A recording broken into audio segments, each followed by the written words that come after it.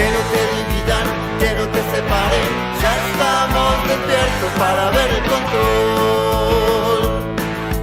Manos homicidas quieren ocultarte la forma del mundo en su gran extensión.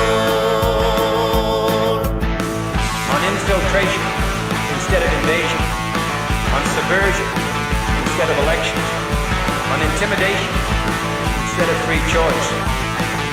Científicos, letrados, guerreros y poetas ya se están reuniendo a confrontar la cuestión.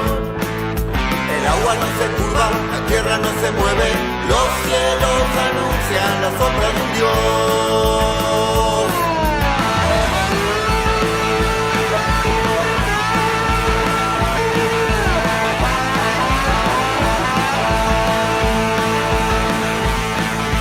Habitamos un plano bello, infinito, con las estrellas bailando a tu alrededor.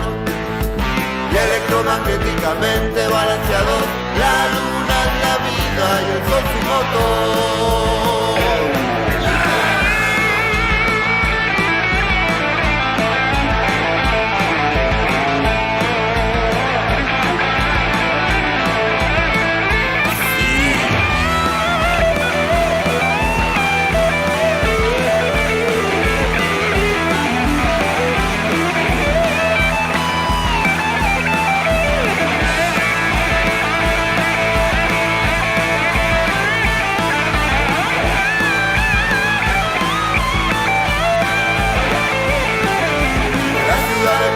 Ha nacido un día intenso, rebelde, unificador. El mundo del destino que le puso la vida, destruir al monstruo del espacio exterior.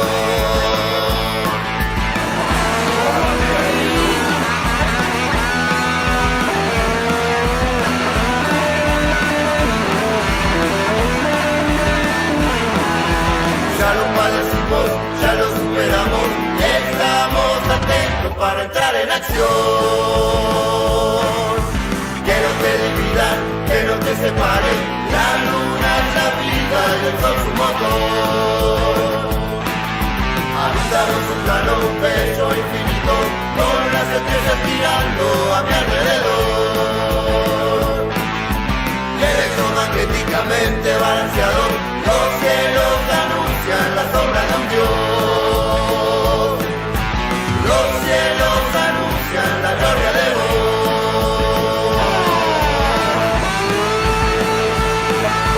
Que no te dividan, que no te separen. El agua no se curva, la tierra no se mueve. Habitamos un plano bello, infinito, electromagnéticamente balanceado. Manos homicidas quieren ocultarte. Científicos, letrados, guerreros y poetas. La ciudad de Plata ha nacido un día,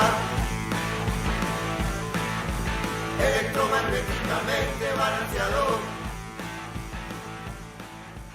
Que no te dividan, que no te separen.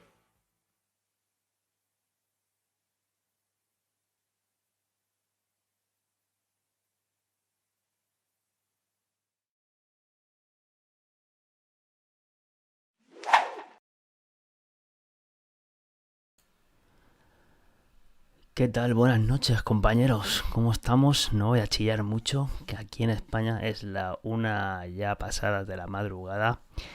Tengo aquí en la casa gente durmiendo, la familia, los vecinos. Pero bueno, un placer hoy. Cuando nos enteramos, me había dicho Guillermo esta mañana que iba a estar en la radio. Así que bueno, pues aquí un placer hacerle el aguante y a ver cómo sale la charlita, la entrevista que le van a hacer. Voy a intentar subir un poquito más el audio de mi micro, que se escuche un poquito más alto, ya que hablo flojito. Y como decía, pues hoy un placer estar acompañando a Guillermo, así que bienvenidos todos. La entrevista creo que ya está a punto de comenzar. Estoy aquí con el pinganillo escuchando, así que un placer. Vamos a ver un poquito el canal. Un momentito, así pasamos a saludar también a todos los que os vais sumando. Un placer. Vemos aquí a Blade Rage, a Gonzalo MDP de Panamá. Bueno, a Tierra Plana Panamá, sí, a Paloma García, a Nicolás Bildoza, a Mega, había visto también antes por ahí al compañero Martín Rodríguez, que el viernes sin falta tenemos cita con él, en su columna en Canal 5. Una vez más estaremos acompañándolos, que ya hicieron la primera parte el otro día de Tierra Plana, que es más un análisis más histórico, y esta semana ya toca mostrar todas las pruebas empíricas y evidencias ya con mucha más fuerza, así que siempre también es un placer escucharlos y acompañarlos. Ahí estaremos el viernes. De momento hoy aquí, como decíamos, con Guille Gut en Radio La Plata. Un momentito, a ver si ya está a punto esto de salir al aire, que escuche yo. Vamos a ver. Viajan por el éter.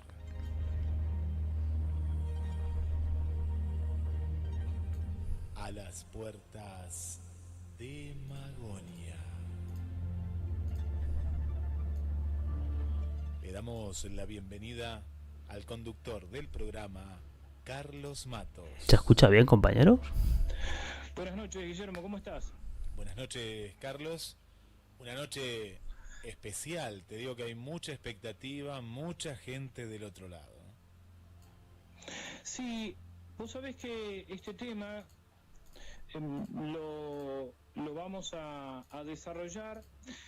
¿Te acordás que en diciembre y enero muchos oyentes nos habían pedido escuchar la opinión de alguien que sostuviera las posiciones del terraplanismo? En la oportunidad habíamos estado charlando con Sebastián Muso, del Centro de Estudios Astronómicos de acá de Mar del Plata, hablando de los distintos modelos y, por supuesto, cuestionando algunos temas del modelo terraplanista, pero nos parece muy importante conocer las explicaciones, en este caso del arquitecto Guillermo Gut, que tan amablemente accedió a ser entrevistado. Quiero decir, en principio, que nos hemos encontrado sobre estas cuestiones con Ahora sí, ¿verdad? Personas que al querer entrevistarlas para conocer sus puntos de vista se han manifestado prácticamente como cruzados de una causa.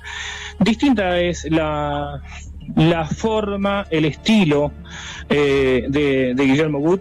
Por eso es un gusto tenerlo hoy con nosotros A las Puertas de Magonia y tratar de comprender ¿qué hay detrás del modelo terraplanista? ¿Qué es el modelo terraplanista? ¿O qué son los modelos? ¿O cuántas corrientes hay dentro del terraplanismo?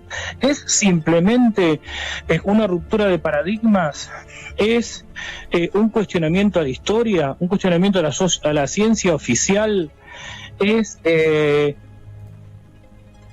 ¿Es algo, como decían algunos sociólogos, que es el escapar de las superestructuras para proponer otra cosa?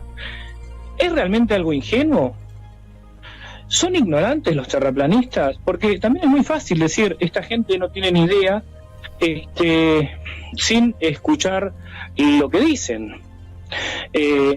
Por supuesto, no significa que vayamos o que adhiramos a las posiciones terraplanistas, pero es, en primer lugar, una actitud de quien busca con sinceridad el conocimiento, el apropiarnos de una realidad, escuchar, podríamos decir, un pensamiento divergente de lo oficial.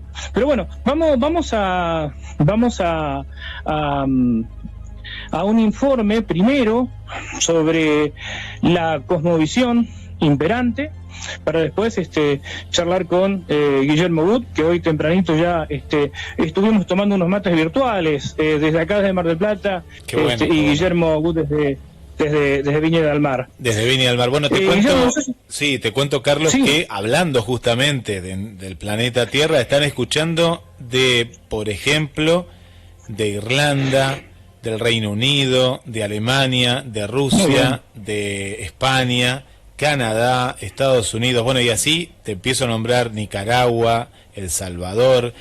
Parece ser que el programa del día de hoy está abarcando diferentes lugares del mundo, sacando África, ¿no? Que no nos escuchan de África, pero de diferentes lugares. Acá estamos viendo en el mapa de la radio, y mucha gente que ya previamente está agradeciendo el poder hablar de este tema, porque no se habla en las radios, y bueno, es muy importante tocarlo con la seriedad que tiene. Y vamos a dar una línea de teléfono para los nuevos oyentes, que es el prefijo más 54 de la República Argentina, más 54 223 4 24 66 46. Comenzamos con este informe, y a partir de ahí le decimos que ya vamos a estar con Guillermo, ¿no? Un tocayo mío, para esta gran entrevista.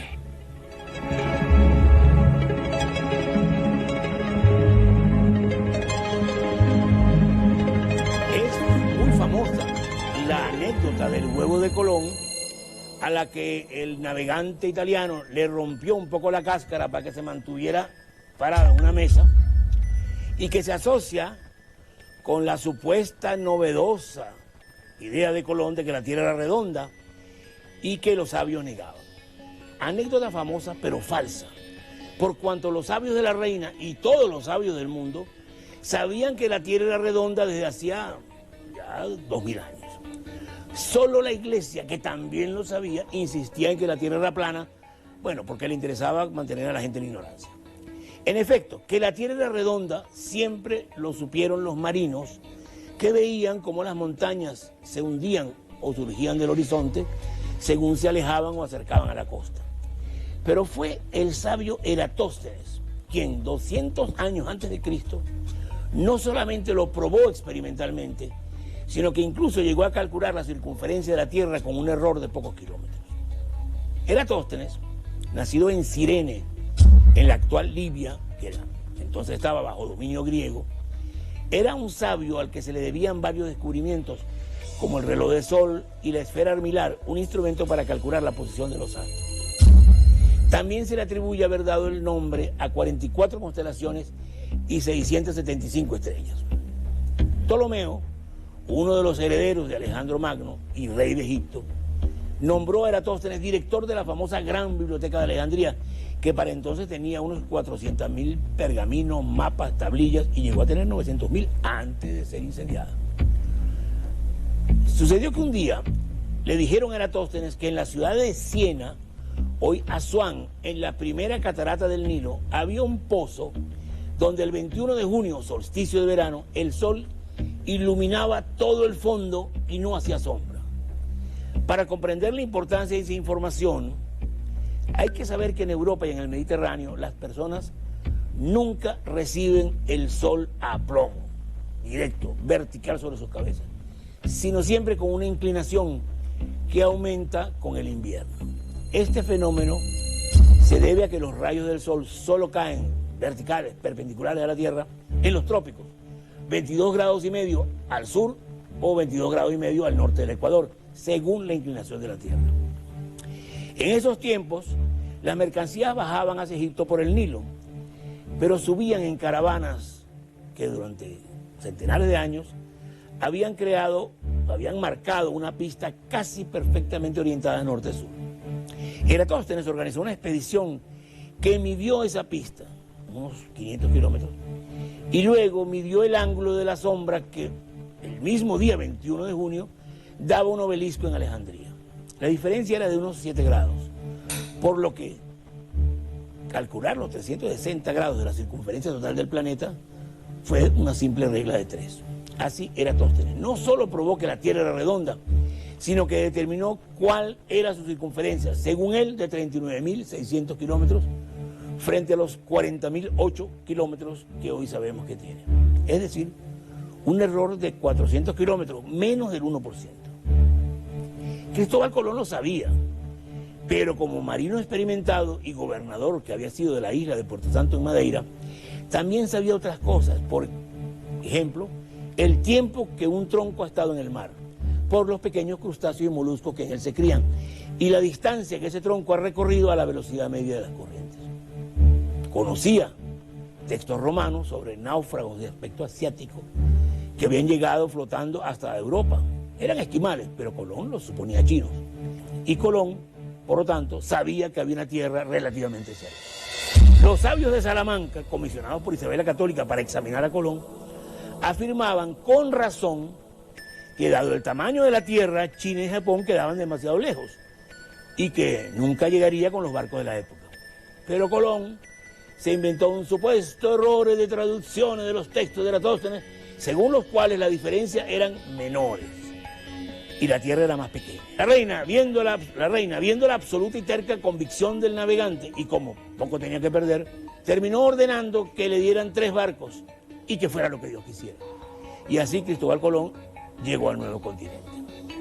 A Eratóstenes se le ha hecho el homenaje de darle su nombre a un gran cráter de la Luna y el homenaje del astrónomo, astrofísico, cosmólogo y escritor Carl Sagan, que dijo: Eratóstenes no tenía más herramientas que palos, ojos, pies y cabeza y un gran deseo de experimentar.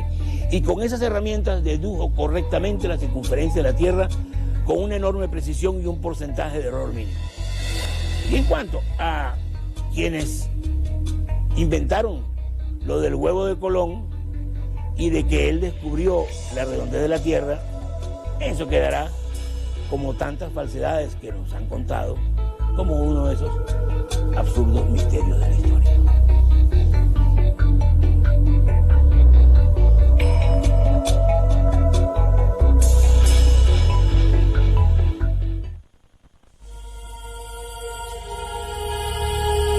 y 22 minutos desde Mar del Plata, República Argentina, a través de GDS, la radio que nos une.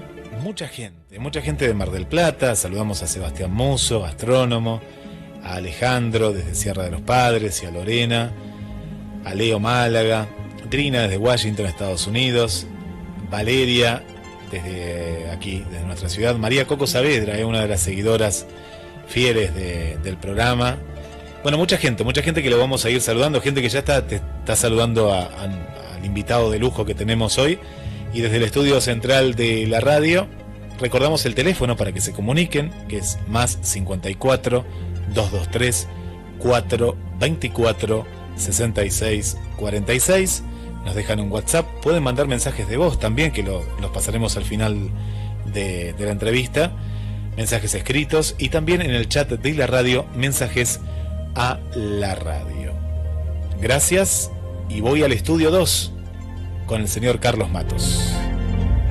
Muy bien, Guillermo. Tenemos ya a nuestro invitado, al arquitecto Guillermo Wood, con quien estuvimos compartiendo unos mates virtuales hoy a la mañana. ¿Cómo estás, Guillermo? Buenas noches.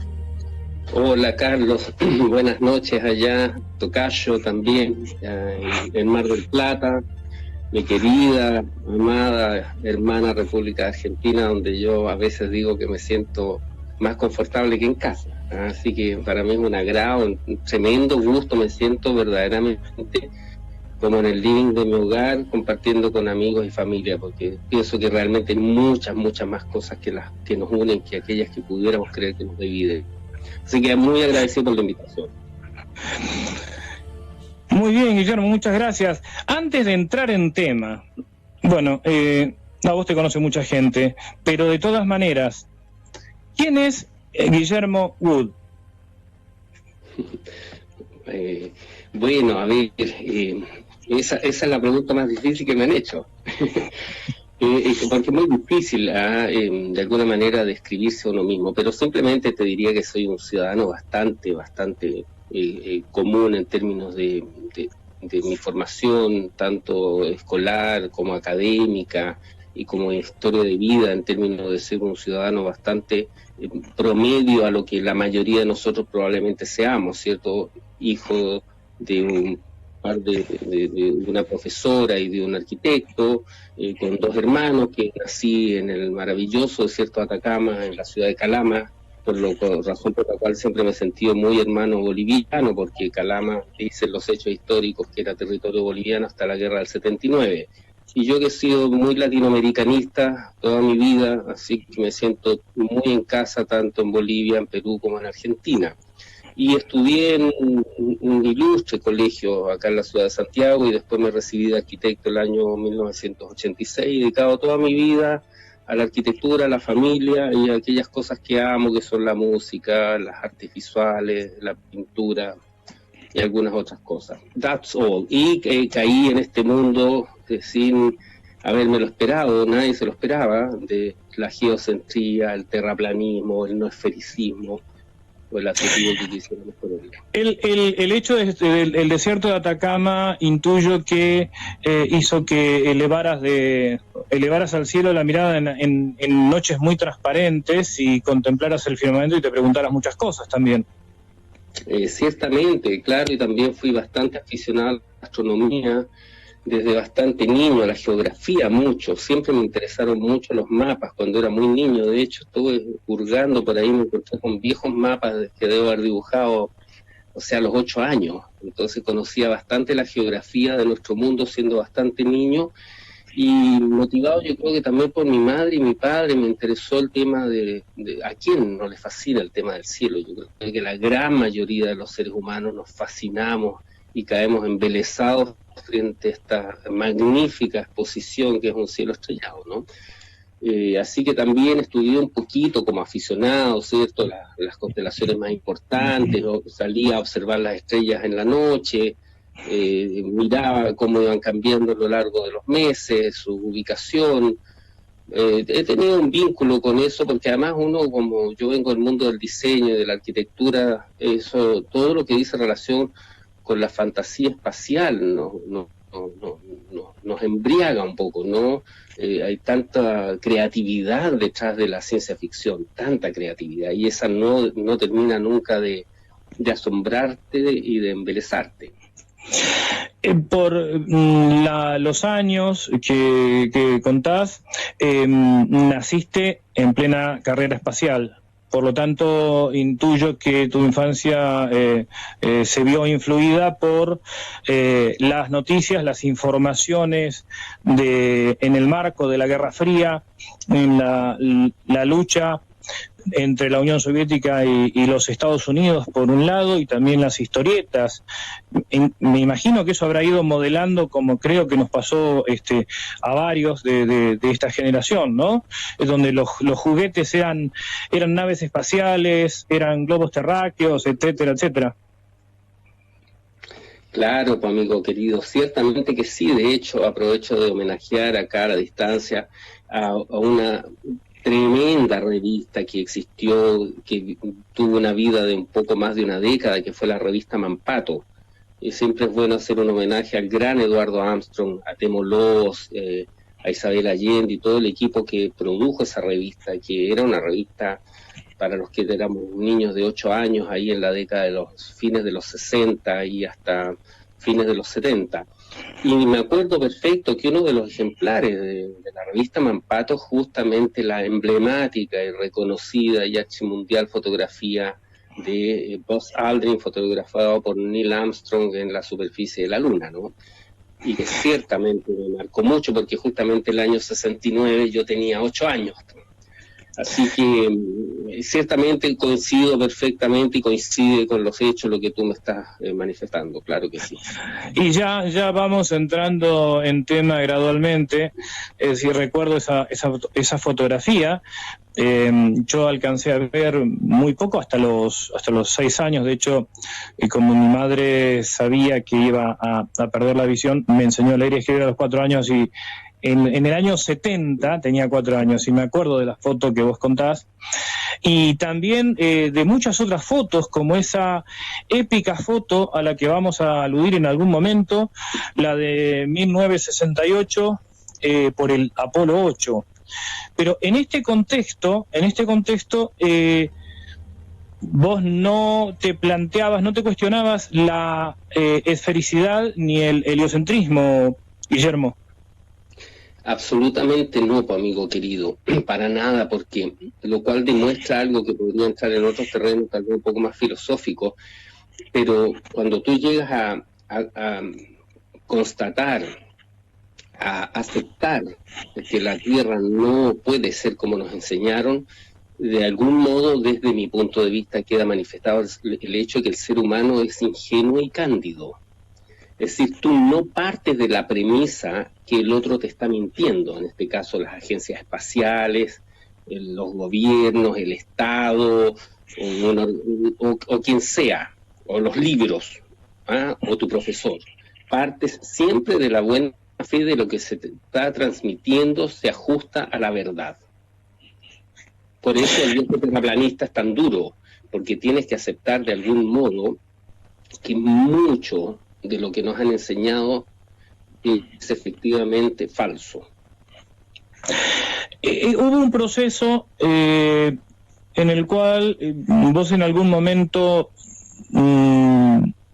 viviste algo así, a ver, dicho esto entre comillas, como una especie de epifanía. ¿En qué momento cambia tu punto de vista? Porque de esto hay muchas lecturas, también una lectura sociológica, semiótica, etcétera, etcétera. ¿Cuánto tiempo, y te pido que me permitas la licencia para ser gráfico, te convertiste al terraplanismo, dicho esto como un cambio de paradigma en cuanto a tu propio pensamiento? Mira, bueno, yo tengo una opinión formal al respecto. Yo soy de lo que sostiene que podría haber tantas despertar como ciudadanos. Es decir, eso puede llegar de diferentes modos a cada uno de nosotros, y quizás son tan diferentes como tan diferentes son las personas. En el caso mío, no se produce, como señalas tú, quizás como una epifanía, usando esa palabra, digamos, que podría serlo en algunos casos, por cierto. Hay quienes sostienen que parte del conocimiento justamente se produce a través del mismo, y es legítimo y válido y puede ser puesto sobre la mesa como una manera de entender mejor nuestro mundo, ¿no? O el despertar de la conciencia, o como queramos llamarlo. En el caso mío fue llevado a la jerga más coloquial. Ustedes usan la palabra piña. Nosotros acá en Chile usamos la palabra combo, o chuleta, si tú quieres. 3 piñazos bien puestos en el mentón y se acabó la pelea. Ajá. Contanos los piñazos, describinos los piñazos. Fueron, estaba trabajando en un proyecto, escuchando música. Yo amo la música barroca porque yo digo que me relaja, me baja la presión. Un proyecto que tenía que desarrollar una serie de detalles constructivos, etcétera. Y me aparece una sugerencia de tierra plana. Tierra plana, dije yo. Pero ¿quién puede decir que la tierra es plana? Ahora, frente a esa aparición, oye, la Tierra es plana, yo tengo la percepción de que existen varias aproximaciones, y que yo las grafico de 3 modos. Una es la descalificación per se. No, el que habla de la Tierra plana es un imbécil, punto, y se acabó la discusión. Y ahí se cerró el tema. La otra es la curiosidad y el asombro. Oye, ¿quién puede decir que la Tierra es plana? ¿Cierto? Y la tercera, que es lo que me motivó a mí, es el respeto al libre pensamiento. A pesar de que uno no deja de esbozar una sonrisa, cuando alguien por primera vez escucha la palabra, oye, la Tierra es plana, o sacas una estentoria carcajada, o te enojas, o te sonríes, diciendo, ¿quién puede decir eso? Pero como te digo, lo que me motivó a mí principalmente fue el respeto al libre pensamiento, y me dije, bueno, a ver, ¿quién dice que la Tierra es plana? Para tratar de entender quién puede argumentar eso. Pero yo estaba convencido que me iba a encontrar con un fundamentalista religioso, con una toga blanca, con una barba hirsuta, un libro sagrado y un báculo, conminándonos a los pecadores a que íbamos a ser condenados al infierno porque habíamos aceptado la blasfemia de que la Tierra es esférica. Y no fue así.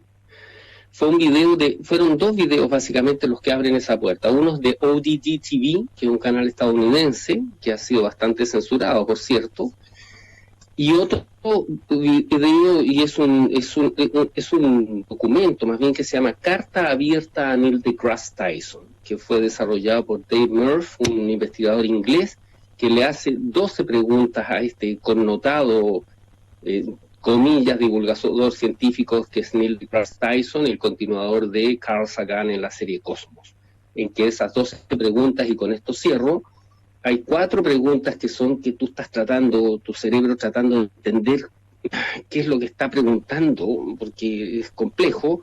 Hay otras 4 preguntas que tú dices, claro, aquí hay cosas que en realidad sí, pues no calzan. Y hay otras 4 preguntas que tú dices, ¿cómo no me di cuenta algo? Que aquí realmente esto tiene puntos débiles muy grandes. Y ahí se inicia el viaje, en el caso mío.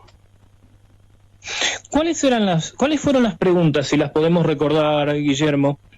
Mira, yo hace mucho tiempo que no lo veo, porque ya eso pasa a otra etapa, pero recuerdo, por ejemplo, las relaciones que hay. Los conceptos. Sí, hay varios relacionados con los vuelos de los aviones. Si nuestro mundo fuese un cuerpo esférico, los aviones tendrían que ir permanentemente corrigiendo la nariz del avión para poder ajustarse a la curvatura, porque si no saldrías tangencialmente, ¿cierto? ¿Me sigues?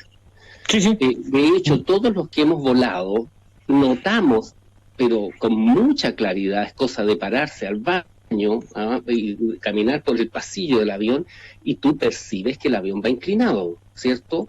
Con la nariz levantada, que son aproximadamente 3 grados para mantener la sustentación. Bastaría con echar una bolita para que tú te vas a dar cuenta que se va hacia el fondo de la cola del avión. Entonces, eso no es posible si la Tierra fuese esférica. Es uno de los argumentos que aparece en las preguntas de Dave Murphy a Neil deGrasse Tyson. Otro dice en relación con la presión atmosférica y el vacío, porque si nosotros no entendemos que nuestro mundo, nuestro universo se estaría expandiendo hacia el infinito, no tendría explicación que nuestra atmósfera permanezca adherida a esta pequeña partícula de roca en medio del vacío sideral, sin haber sido completamente succionada hacia el vacío. O sea, basta con... Todos hemos hecho de niño el experimento de, no sé, pues vaciar un frasco, un tarro, una lata, un envase de yogur, y con muy poca presión negativa tú lo destruyes, ¿no es cierto? Ya, te fijas, hay otro con relación a los vuelos, porque duran prácticamente lo mismo que de oriente a poniente, que de poniente a oriente, y si la Tierra está girando 1.600 kilómetros por hora, que es el doble de un avión comercial, no te calzan los vuelos, y así una serie de otros razonamientos que dicen, claro, aquí efectivamente en el modelo heliocéntrico hay lo que Imre Lakatos denomina, un filósofo de la ciencia, por cierto, la fisura del núcleo del paradigma. Es decir, hay cosas que no calzan. Guillermo, y el modelo heliocéntrico, una vez que te pones a investigarlo, tiene cosas que no calzan. Sí, te escucho. ¿Cómo estás? Bueno, un gusto escucharte en el programa. Bueno, mucha gente que está, bueno, van llegando diferentes comentarios. ¿Y qué pasa con el tema de las fotos del planeta Tierra desde el espacio? ¿Cómo se explicaría esto? Ya, amigo mío, bueno, Tocayo, un gusto estar contigo ahí en tu programa radial, y por supuesto aprovecho saludar con mucho afecto acá desde Viña del Mar en Chile a mis amigos y a tus auditores allá en mi querida Argentina, ¿cierto? Y ahora a través de las redes de comunicación que tenemos, por supuesto, no solo Chile y Argentina, sino que seguramente algunos amigos de otros lares. Mira, esa pregunta es bien interesante y pide, como todas las cosas, más de alguna aproximación. La primera cosa que a mí me gusta poner sobre la mesa con respecto a eso es que dentro del método científico hoy día vigente y aceptado, no se considera válido lo que se denomina el principio de autoridad. Esto quiere decir que no porque lo diga la NASA, porque lo diga un libro, porque lo diga un paper, porque lo diga una universidad o alguna institución académica o un científico, eso es eso equivale a una demostración científica. Por lo tanto, las imágenes de la NASA no se consideran un argumento científico. Ya, eso por un lado. Segundo, cuando te metes en este tema y logras constatar a través del método empírico, observable, medible, repetible, aquí en tierra, que no hay curvatura, que los números no te dan, ¿cierto? Y te indica, por lo tanto, que la Tierra no puede ser como nos enseñaron, ergo, hay gato encerrado. Pero lo que yo sostengo es lo siguiente: no me mezcles el gato encerrado, que significa hablar de conspiraciones, de mentiras, de engaños, con el tema científico, porque el tema no es si hay o no hay una conspiración, el tema es la forma de la Tierra. Por lo tanto, no me puedes argumentar que la Tierra puede ser plana porque yo no creo en el engaño. Y con esto cierro, porque eso sería reflexionar del siguiente modo. Dado el hecho de que yo no puedo creer que exista una conspiración tan grande, ¿eso es demostración de que la Tierra es esférica? Claro, acá hay dos cosas que van de la mano. Vos tocaste este punto, Guillermo, que fue con lo que nos encontramos la vez que quisimos hacer una entrevista también a otra persona que suscribe el terraplanismo, y bueno, no habló de cuestiones demostrativas de la no esfericidad, sino que se entró en toda una cuestión conspirativa y diría conspiranoica. Así que vamos un poco al principio de la historia, ¿no? Durante mucho tiempo en la escuela primaria, lo hablábamos con Guillermo, nos decían que la Tierra era plana y que desde Colón se vio que era esférica o esferoide. Después, más adelante, en realidad entendimos mediante determinados textos que desde la etapa medieval ya se sabía que la Tierra era esférica, y yendo a la antigüedad se cita el caso de Eratóstenes, siglo II a.C., reflotado en todos los medios por Carl Sagan. Hablemos de Eratóstenes, de la medición de Eratóstenes, que es lo que prácticamente siempre se dice que, bueno, Eratóstenes fue quien midió con aproximación el perímetro de la Tierra y el diámetro de la Tierra, tal como lo pasamos en el informe previo. Arranquemos por ahí, Guillermo, por favor. Sí. Mira, Carlos, antes de responder, no voy a evadir la pregunta, yo me gusta siempre más bien dirigir la conversación, porque eso es lo que me gusta. Pongamos un punto de conversación sobre la mesa. Perfecto. Podemos analizar, aquí voy a decir algo que me ha dado vuelta algunos días y me produce un poco de pudor comentarlo, pero creo que es necesario porque es una cosa que me ha dado vuelta un poco en la cabeza en las últimas semanas.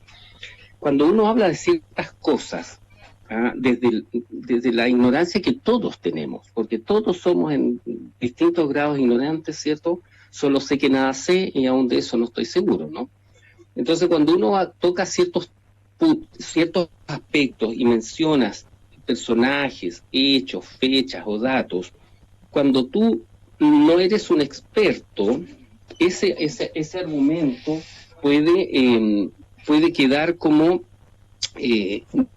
débil respecto de un experto, pero respecto a las personas que ignoran un poco ese tema, tú puedes quedar como un gran erudito.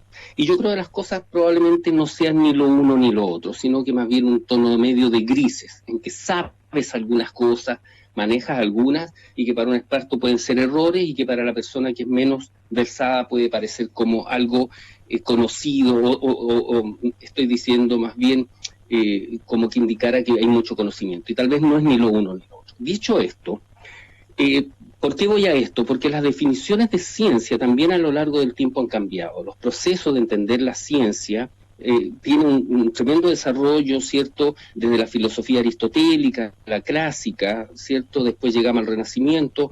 En el medioevo tenemos a un Guillermo de Ockham que plantea unos nuevos miradas respecto de la ciencia, tenemos a Hume, a Bacon, y ese proceso de ciencia nos va haciendo lo que Popper entiende, que es la construcción epistemológica, es decir, cómo entendemos la ciencia. Aquí voy yo a esto, es que tenemos que tratar de entender una definición de ciencia. Desde mi punto de vista, lo que yo sostengo es lo siguiente: la ciencia no es creencia, es la constatación de los fenómenos para tener certeza de cómo se producen y poderlo demostrar. Esa sería una aproximación desde el punto de vista de las ciencias fácticas, ¿cierto? Que no son lo mismo que las ciencias sociales o las ciencias económicas, sino que se acerca más bien a la descripción de los fenómenos de las ciencias naturales. Dicho esto, y con esto termino, que son dos preguntas que les voy a hacer a los amigos, a ustedes allá en la radio, en el estudio, a los amigos que estén escuchando, ¿cierto?, a través de GDS Radio de Mar del Plata, dos preguntas. La primera es la siguiente: dicho el hecho, o dado el hecho que la ciencia no es creencia, sino que es constatación de los fenómenos para tener certeza y poderlos demostrar, dos preguntas. La primera, ¿cuál es tu propia, íntima y personal constatación, y por lo tanto certeza, de que la Tierra es un cuerpo esférico situado en el espacio sideral? ¿Y cómo podrías demostrarlo? Y pregunta 2, ¿cuál es tu propia, íntima y personal constatación de que la Tierra gira sobre sí misma y se traslada en torno al Sol? ¿Y cómo podrías demostrarlo? Bien, o sea, formulás las preguntas para que la respondamos, o es como una pregunta, como un disparador, pregunta, digamos, para seguir avanzando sobre esto que decíamos. Exacto. Claro, no, y por supuesto es como se hacían los concilios, ¿no? Los famosos prenotandos, es decir, establecer cuando decimos algo qué es lo que estamos diciendo, porque si no se torna por ahí una charla babélica, en cuanto a lo que es la captación. ¿A qué voy con esto? Correcto, ¿a qué voy con esto? En que yo creo que si nosotros somos sensatos y objetivos, esto con nosotros mismos, ninguno de nosotros puede afirmar ni tener certeza de que somos un cuerpo esférico situado en el vacío sideral. Por lo tanto, somos hombres de fe y de creyentes. Somos creyentes en lo que nos enseñaron y lo que aprendimos, igual que tu padre, mi abuelo y mi profesor, que también les creyó a lo que le enseñaron a él. Ya, eso lo dejo como una reflexión que apunta a cuando tú me mencionas a Eratóstenes, porque estamos hablando de ciencia, te puedo decir varias cosas. Primero, no podemos utilizar como argumento algo que es un hecho histórico que no podemos demostrar, no podemos constatar, tenemos que suponerlo. Ya, supongamos que Eratóstenes existió y que lo que nos dicen de Eratóstenes es cierto. Entonces tenemos otros problemas. Primero, ¿cuál es la distancia de Siena a Alejandría? Ya, no sabemos. La distancia son más o menos 800 kilómetros. Sí, 800 kilómetros. Y en el siglo II antes de Cristo, ¿cómo mediste la distancia de Siena a Alejandría? No, obviamente kilómetros no, porque no se usaba el sistema métrico decimal. Exacto. Se usaban otras unidades de medidas equivalentes. Se usaban los estadios. Pero nadie sabe qué tipo de estadios, si eran griegos o eran estadios romanos, que no eran lo mismo. Ahora, ¿cómo los mediste? La tradición dice que usó a un pelotón que tenía un paso regular de marcha. Suena divertido, ¿no? Bueno, así, amigos queridos, les tengo malas noticias. La historia está llena de cosas divertidas. Pero el tema es de Eratóstenes, es su mayor, lo que básicamente no nos enseñaron, y Carl Sagan tendría que habernos dicho, que el modelo de Eratóstenes asume que los rayos solares caen paralelos sobre la superficie de la Tierra. Similar, por lo tanto, los rayos solares caerían similar a lo como sería que tú estés en medio del campo en ocasiones de que está lloviendo intensamente, que está lloviendo, ¿ya? Tú ves cómo cae agua a todo tu alrededor. Pero los hechos objetivos, observables, comprobables, es que los rayos del Sol son divergentes.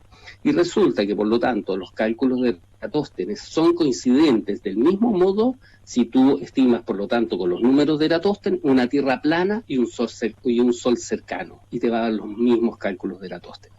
Y eso a ti no te lo enseñaron cuando estabas en el colegio, ni a mí, ni probablemente a ninguno de los auditores. Es decir, estamos jugando, claro, con dos variables donde en los dos modelos cabe, por lo que vos describís, el mismo cálculo en dos modelos distintos.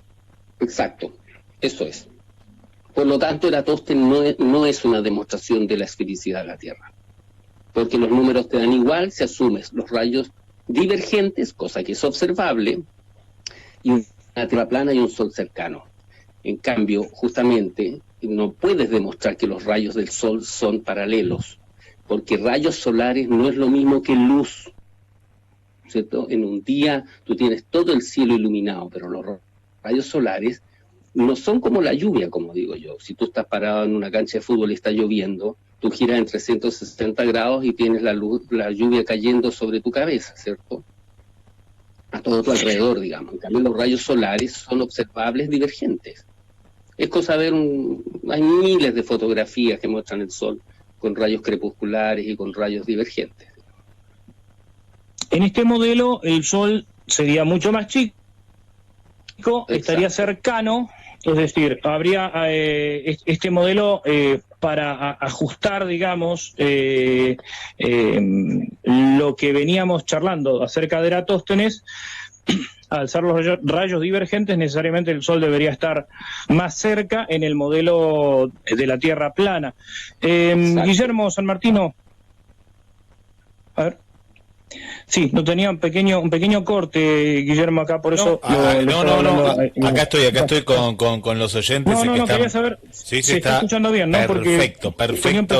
Muy interesante esta charla, y bueno, y la gente que está del otro lado, mandando saludos, Guillermo, desde diferentes lugares del mundo.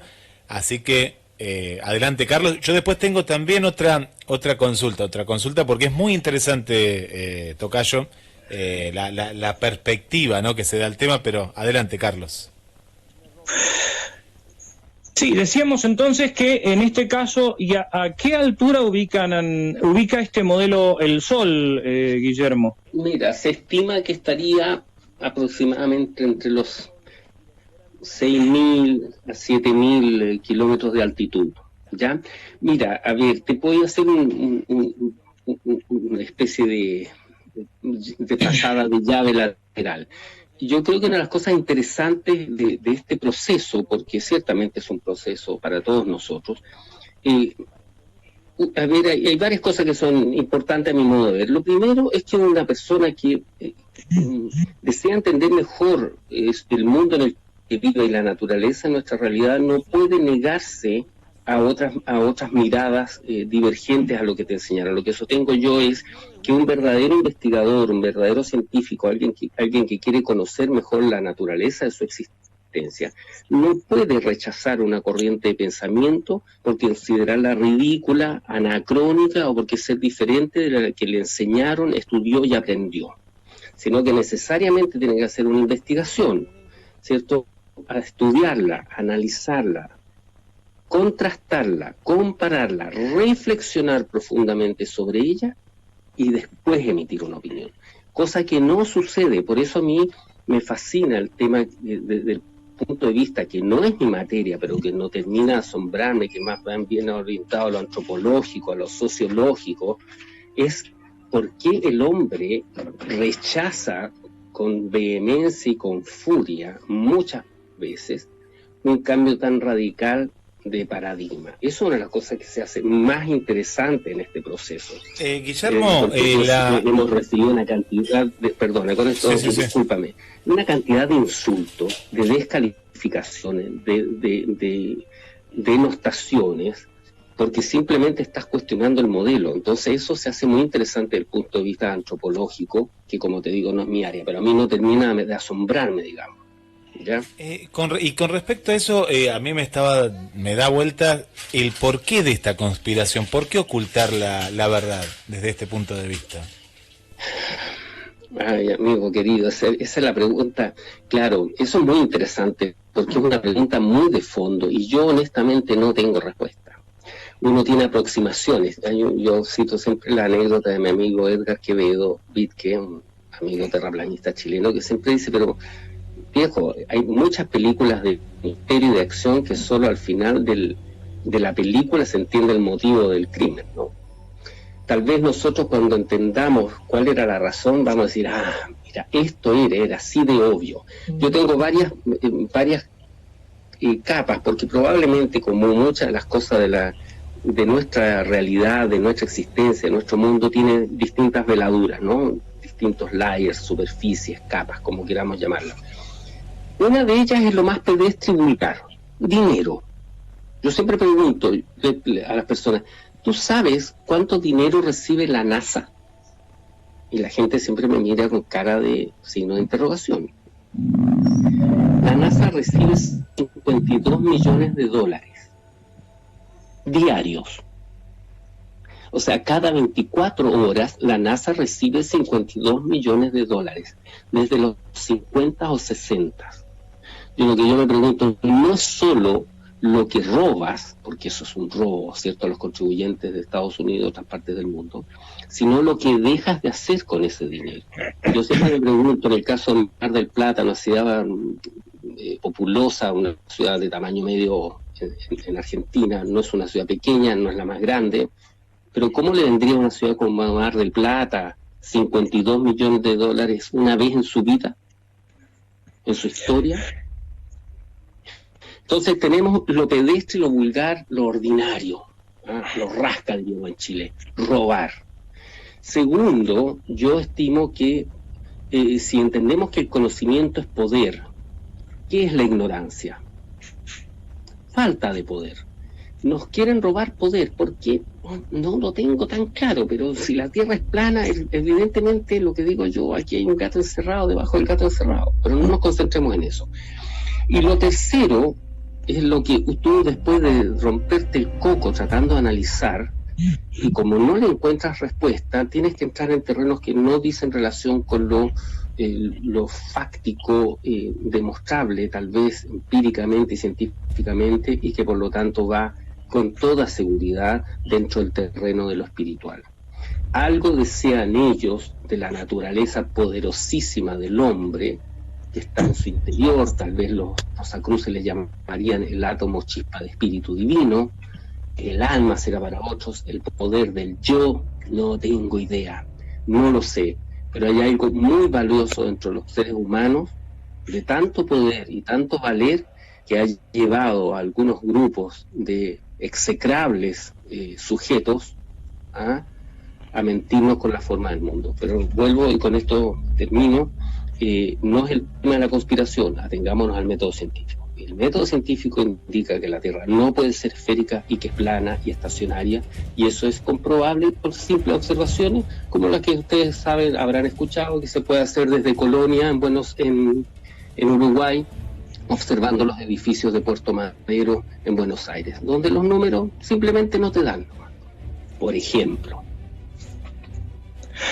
A ver, volviendo a esto, justamente a la demostración científica de la que hablas, Guillermo, la observación de Colonia, de Buenos Aires desde Colonia, los números no dan. ¿Por qué no dan los números?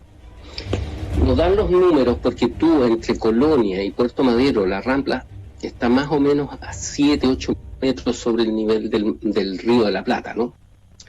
Y tú tienes, desde en ocasiones de buena visibilidad, que no hay mucha bruma, que no hay mucha contaminación de polvo, de humedad, etcétera, se ven prácticamente, tú ves, no sé, por lo menos 20, 30 edificios que están en el skyline, en la silueta de Buenos Aires, incluido la Torre Alvear, que va a tener, creo que 200 metros de altura. Y en esos 50, aproximadamente 50 kilómetros, si no recuerdo, la caída de curvatura es del orden de 196 metros. Eso indica que la torre, no pueden verse la Torre Alvear. Pero la gente no analiza las siguientes cosas. Primero, no solo se ve la Torre Alvear, que tiene 200 metros, sino que se ve un buen tramo de la torre, y se ven otros edificios que tienen mucho menos de 196 metros. Y se ven algunos edificios que pueden ser más pequeños, pero que están en un segundo o un tercer plano, pues por lo tanto no solo no están a 50 kilómetros, sino que están a más de 50 kilómetros. Y si a esos cálculos tú le incorporas los datos más favorables de refracción estándar, entendiendo que la refracción fuese favorable al modelo heliocéntrico, tampoco te dan los números. Y de esas observaciones, como por ejemplo ver Córcega desde Ventimiglia, o ver Kauai de Oahu, o ver la Torre Sears, hoy Torre Willis, de St. Joseph al otro lado de Michigan, o ver desde el otro lado de la ciudad de Toronto, o sea, te fijas, si la ciencia es observable, medible, repetible, libre del principio de autoridad y falsable, Popper, es decir, yo tengo que tener herramientas para demostrar que tú estás en lo correcto o herramientas que tú estás para demostrar que estás equivocado. Esa es la falsabilidad. Ese método dice que es plana, pues. Se dice que la Tierra, en realidad la Tierra como un cuerpo esférico es un esquema, pero que la realidad se habla de una forma de pera, se usa la palabra geoide. Esa forma geoide no posibilitaría que algunos puntos se pudieran ver que no respondieran justamente a esa inclinación, porque ¿a cuántos kilómetros debería desaparecer del horizonte en caso de la curvatura un elemento como un edificio, como el que estábamos hablando, los edificios de Buenos Aires desde Colonia?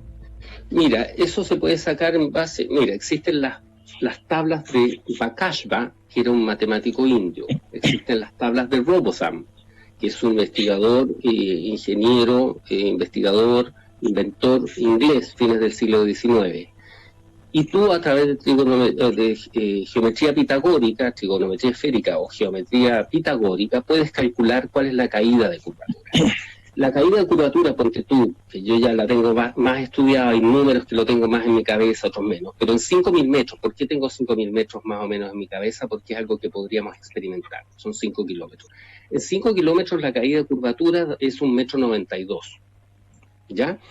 Y eso va aumentando a 8 millas por pulgada al cuadrado, ¿ya? Por lo tanto, eso te permitiría hacer una serie de observaciones. Ahora, para un ciudadano, para una persona parado de pie en la cota 0,00 sobre SNM, o sea, sobre el nivel medio del mar, desde el punto de vista de una Tierra esférica, indica que el horizonte debe estar a 4,7 kilómetros. ¿Ya? Eso es geometría pitagórica relativamente sencilla. Ese argumento, que es el fundamento del modelo heliocéntrico de una Tierra esférica, nos lleva a un razonamiento lógico que se llama el modus tollendo-tollens. El modus tollendo-tollens en lógica es lo que se llama el caso del cisne negro. O sea, si P, y no quiero ser latero, voy a tratar de ser lo más claro posible, pero es un ejercicio relativamente sencillo de entender conceptualmente. Si yo afirmo, si yo digo lo siguiente, si P implica Q, pero Q es falso, eso indica que P es falso. Esto es, si yo afirmo todos los cisnes P son blancos, Q, pero existe un cisne negro, quiere decir que P es falso. ¿Me explico? Sí. Eso se llama modus tollendo-tollens. Esto aplicado al modelo de nuestra Tierra, ¿cierto? De acuerdo a lo que nos enseñaron, indica lo siguiente. Para un observador de 1,70 m parado sobre el SNMM, sobre el nivel cota cero, sobre el nivel medio del mar, debe observar la línea del horizonte a 4,7 kilómetros más y 5,2 kilómetros con cálculos de refracción estándar. Por lo tanto, si la línea del horizonte está más allá de los 5,2, 5,5 o 9 kilómetros, ergo, la Tierra no es un cuerpo esférico de 6.000 kilómetros de radio, 12.000 de diámetro y 40.000 de perímetro. Y eso es constatable. Como, por ejemplo, a través de las plataformas petrolíferas en el Golfo de Santa Bárbara, en California, que hay 2 plataformas, la Milhouse y la Habitat, que están, una creo que está a 5 kilómetros, la otra está a 9 kilómetros, y para una cámara a más 30 centímetros sobre el nivel del mar, se observa la línea del horizonte más allá de la segunda plataforma. Y eso es absolutamente demoledor para la Tierra esférica. Ahora vamos a una situación inversa, Guillermo. ¿Por qué desaparecen entonces los cuerpos en una Tierra plana? ¿Por qué no se pueden ver mucho más allá, por ejemplo, de la distancia Colonia-Buenos Aires? Bueno, amigo mío, eso tiene una respuesta desde mi punto de vista bastante sencilla, y son varias razones. Una es una cosa que todos, bueno, lo que pasa es que yo, como me formé desde niño, era muy dibujante, mi padre era arquitecto, yo dibujaba de muy chico, y por lo tanto, siendo muy niño, yo ya aplicaba los principios del punto de fuga, y la línea, la perspectiva, claro. La perspectiva. Lo que digo yo, si tú te paras en el medio de un pasillo largo de un hotel, vas a observar varias cosas, que las puertas que están a tus costados se van achicando a medida que se alejan. Las luces que están arriba en el cielo raso se van cayendo hacia la línea del horizonte que está frente a tus ojos, y el pavimento vas a observar que asciende hasta la altura de tus ojos. Así funciona la perspectiva. Es lo que se denomina punto de fuga, ¿ya? Tú no ves tú vas a notar parado en la línea de un tren, si te paras en los rieles de un tren, un tramo largo, vas a notar que aparentemente, porque obviamente es un fenómeno aparente, las líneas del tren van ascendiendo hasta la altura de tus ojos, hasta perderse en el punto de fuga. Por lo tanto, un barco, una montaña, un edificio, el Everest, no lo vas a ver, en primer lugar, por el punto de fuga, porque está tan pequeño y tan lejos que no tienes resolución angular para verlo.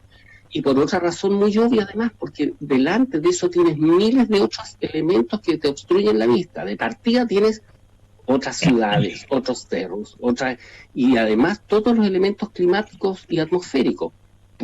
Polución, humedad, polvo en suspensión, sí, muchos elementos. Por lo tanto, es imposible, ni con el mejor telescopio no vas a poder ver el Everest, porque de partida te va a tapar África primero, por perspectiva, yendo a un ejercicio súper hipotético, por supuesto, ¿no? Pero, sin embargo, Jay Tolan, el ingeniero estadounidense, que se le ocurrió la genial y brillante idea de hacer observaciones desde un avión a 10.000 pies, a 10.000 metros, ¿cierto?, con un lente infrarrojo, puede observar montañas y fenómenos geográficos a prácticamente 1.000 kilómetros de distancia. 1.000 kilómetros. Y si tú haces un arco de circunferencia equivalente a nuestro modelo heliocéntrico de una esfera de 6.000 aproximadamente de radio, 12.000 de diámetro y 40.000 de perímetro, trazas una vertical donde está el avión, lo elevas 10.000 metros y desde ahí el punto de tangencia te da 350 kilómetros. Tú desde un avión no puedes ver más allá de 350 kilómetros, porque si no estás bajo la tangente y bajo la caída de curvatura. Y de nuevo, los números no te están dando. Y no es que te den por un poco para ajustarlo con reflexión estándar, fata morgana, espejismo, ponle todo lo que quieras. No te dan. Llegamos al principio de la navaja de Occam. A veces la solución más simple es la evidente y es la más que se acerca a la verdad. O sea, lo que nosotros podemos observar y constatar. Esto es que los astros, el cielo, la luna y las estrellas se mueven encima nuestro y que la Tierra es plana. Bien, vamos a esto que se mueven encima nuestro. Vamos a explicar entonces el día y la noche y los cambios de estación, los cambios de estaciones de este modelo, Guillermo. Mira, yo esto es una cosa que es un ejemplo que yo encuentro bastante bueno y que no me ha dejado un par de veces en mi vida absolutamente perplejo. Con respecto al día y la noche, yo sostengo lo siguiente: si nosotros a través de este análisis geométrico, matemático, observacional, nos indica por lo tanto que el Sol es un cuerpo más pequeño y más cercano a la Tierra, podemos entender algunas cosas. Entonces yo hago el siguiente ejemplo. Yo tengo un amigo que va a comer muchas veces con nosotros en la noche. Cuando me hizo esta pregunta yo le dije, pero amigo mío, me dice, bueno, ¿y cómo si la Tierra fuera plana sería de día en todas partes? Entonces le dije, amigo mío, cuando tú vienes a comer y yo te salgo a despedir a la puerta de la casa y miramos el farol que está encendido en la esquina, ¿ese farol ilumina toda la calle?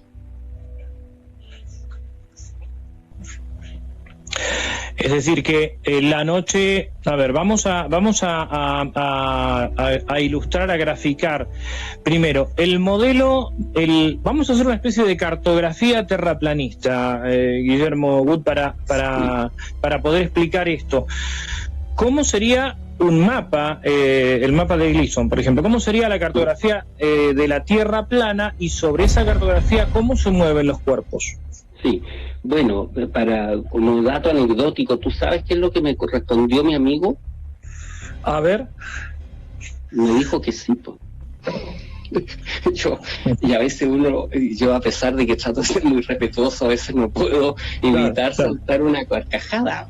Eso tú sabes que está muy estudiado, además yo lo he estado estudiando porque estoy escribiendo algunas cosas para alguna publicación. Aprovecho de enviar un saludo a mis amigos en España, a Luis Pizú, a Iru Landucci, mi gran amigo argentino de la ciudad de La Plata, el referente, tal vez ciertamente el más importante en habla hispana, que ustedes tienen el orgullo ahí como argentino de ser yo diría que la Dalit, ¿cierto?, que es muy brillante, y en ese grupo también está mi gran amigo Martín Rodríguez, gente maravillosa y brillante. Así que estoy escribiendo algunas cosas para la revista En Primera Plana, que es una revista de terraplanismo. Ya salió el ejemplar número 1, todo hecho muy a pulso, a pulmón, dicen ustedes los argentinos, ¿no? Entonces, en ese contexto, en estos escritos, yo he estado tocando el tema que me ha hecho interesante investigar, que es lo que se denomina la disonancia cognitiva. Es decir, cómo la mente se cierra a aceptar una nueva realidad cuando esta choca profundamente con tus más, valga la redundancia, profundas convicciones. Eso es una de las cosas que yo encuentro muy, muy interesante, que se alejan del tema de la Tierra plana, como ciencia, cierto estudio de una ciencia natural, ¿cierto? Pero es asombroso y yo creo que es muy interesante. La Tierra plana de algún modo nos pone a prueba como seres humanos. Es decir, hasta dónde estamos preformateados con lo que se nos enseñó y hasta dónde estamos preparados, somos lo suficientemente valientes para abandonar la más profunda de nuestras creencias y convicciones. Y lo que yo sostengo también es lo siguiente: solo la insensatez no está dispuesta a cambiar de opinión.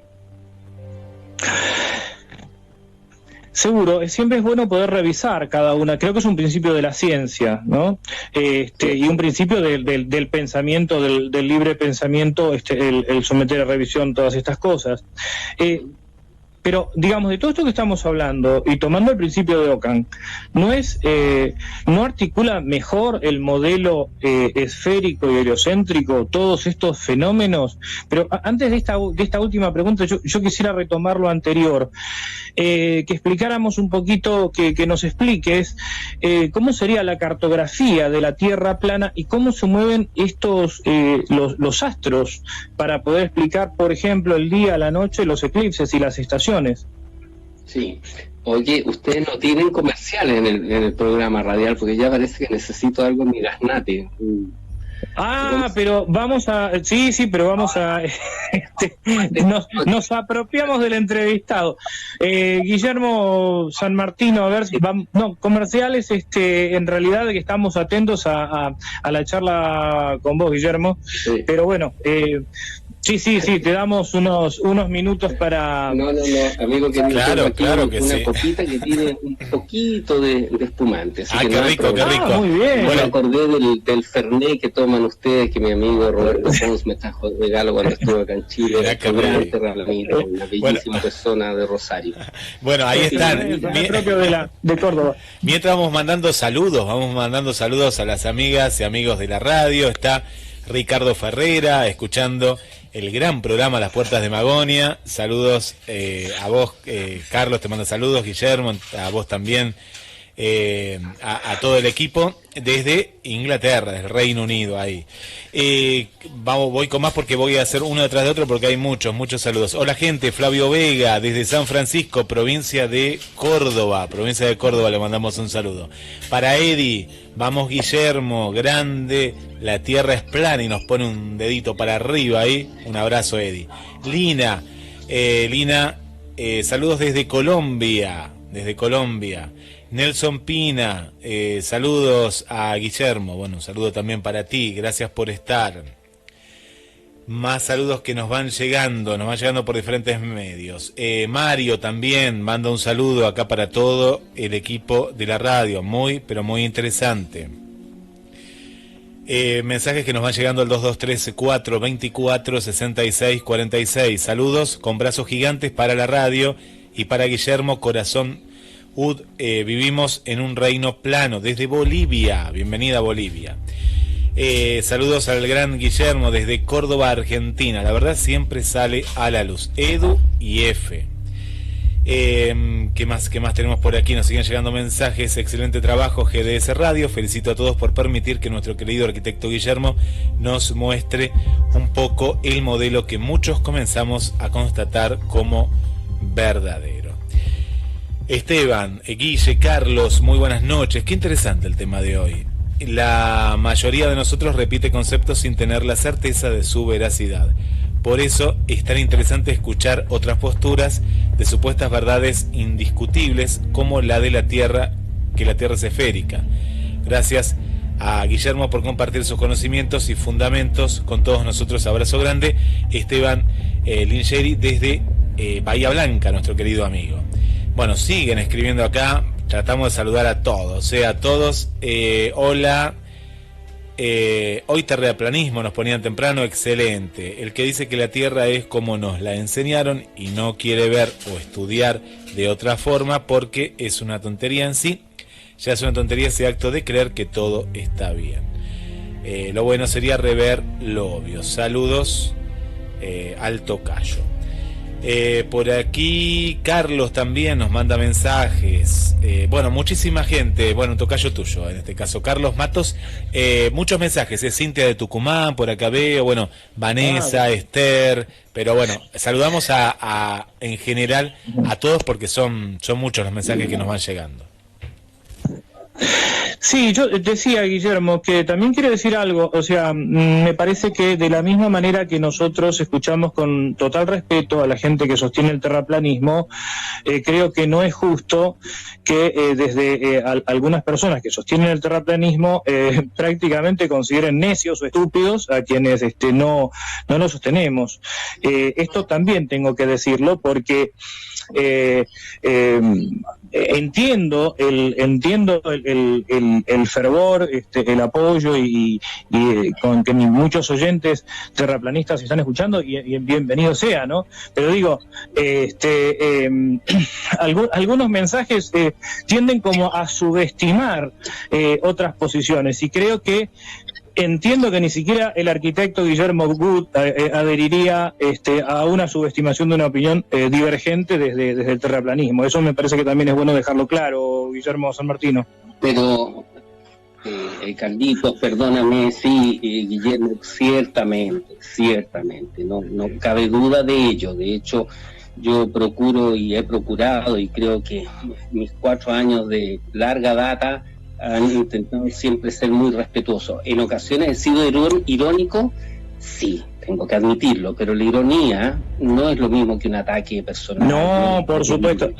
La ironía es una pirueta estética de la inteligencia y siempre es muy bienvenida. Exacto, así que voy a aprovechar entonces, dado el hecho y esta querida concurrencia y esta gratísima conversación, instar, por supuesto, a mis camaradas terraplanistas, geocentristas, o a quienes compartimos esta corriente nueva de pensamiento, a tener siempre presente que nosotros venimos de ese mismo lado, porque casi todos, nos creímos todo el cuento de la Tierra esférica. Por lo tanto, eso nos obliga con mayor razón a ser más comprensivos con quienes siguen aferrados a su modelo. ¿Por qué? Porque ellos no han dado el paso que nosotros pudimos dar, que era realmente destrozar tus profundas creencias, tus convicciones más profundas. Porque lo que yo siempre he pensado, que uno está dispuesto a aceptar ciertas cosas en la vida, que te cuenten, no sé, que has adoptado, ¿ya? O que tu mejor amigo al final te robaba. Ya, está dentro de las posibilidades y cosas de ese tipo. Pero lo que no era una posibilidad era que la Tierra fuese plana. Entonces, no todas las personas están preparadas para eso. Y lo defienden muy agresivos. Y por lo tanto, ergo, nosotros no podemos actuar del mismo modo. Tenemos que ser más comprensivos, estimo yo, más solidarios, más amables en tratar de simplemente guiar al prójimo, como también lo he dicho, no a que se convenza, porque esto es un viaje personal, es una decisión íntima del alma, del ser más profundo de cada individuo, a ver si está dispuesto a iniciar este viaje o no. Y el que no está dispuesto, no está dispuesto. Yo no le puedo pedir al prójimo que vaya al ritmo mío, digo yo. Eso quiere decir que, dado el hecho que yo nunca he fumado, debo exigirle a nadie que fume. O porque yo dejé la carne, debo pedirle al resto que no coma carne. No, porque cada uno de nosotros está haciendo su propio viaje. Y a eso invito yo a las personas que estén dispuestos a examinar y a observar que el modelo que nos enseñaron nos calza. Guillermo, nosotros eso siempre lo propugnamos acá en el programa, ¿no? Como hablábamos con vos antes, en el momento de la producción. No sé cómo andamos con el horario, Guillermo San Martino, porque la verdad que nos está quedando muy corta la entrevista. Hay muchos temas para tocar. Hay muchas preguntas también, Carlos, Guillermo, muy interesante. Estamos prácticamente en los últimos minutos, pero bueno, esto da para hasta una segunda y tercera parte, pero me gustaría, claro. Tenía una pregunta, tengo una pregunta, pero desde el punto de vista, Guillermo, viste que el hombre va siempre en busca de la verdad, y esto es lo que ustedes quieren, ¿no? Que salga a la luz la verdad. ¿Qué pasaría, Guillermo, si tendrías la posibilidad de viajar al espacio, de llegar a la estación espacial, o bueno, no sé si está la creencia que existe la estación espacial, pero si tendrías la posibilidad de viajar un poco más todavía, ¿no? Vamos a hacer una supuesta, ¿no? En una fantasía tenés la posibilidad de viajar al espacio. ¿Qué pasaría en ese instante? ¿Qué te imaginás? Bueno, mira, amigo querido, a ver, antes de responder eso, simplemente para cerrar un poco la pregunta que quedó flotando y que no respondí, pero la voy a dejar de alguna manera así.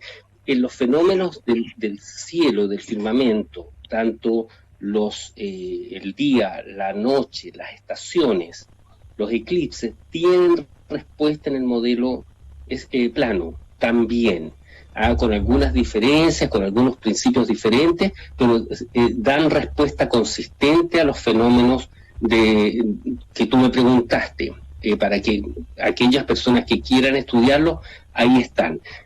Complementando lo que dices tú, yo también, uno va afinando su discurso, su dialéctica, su razonamiento. Yo hoy día lo digo del siguiente modo: yo estoy seguro que la Tierra no puede ser esférica y que es plana y estacionaria, pero no estoy diciendo que esa sea la verdad.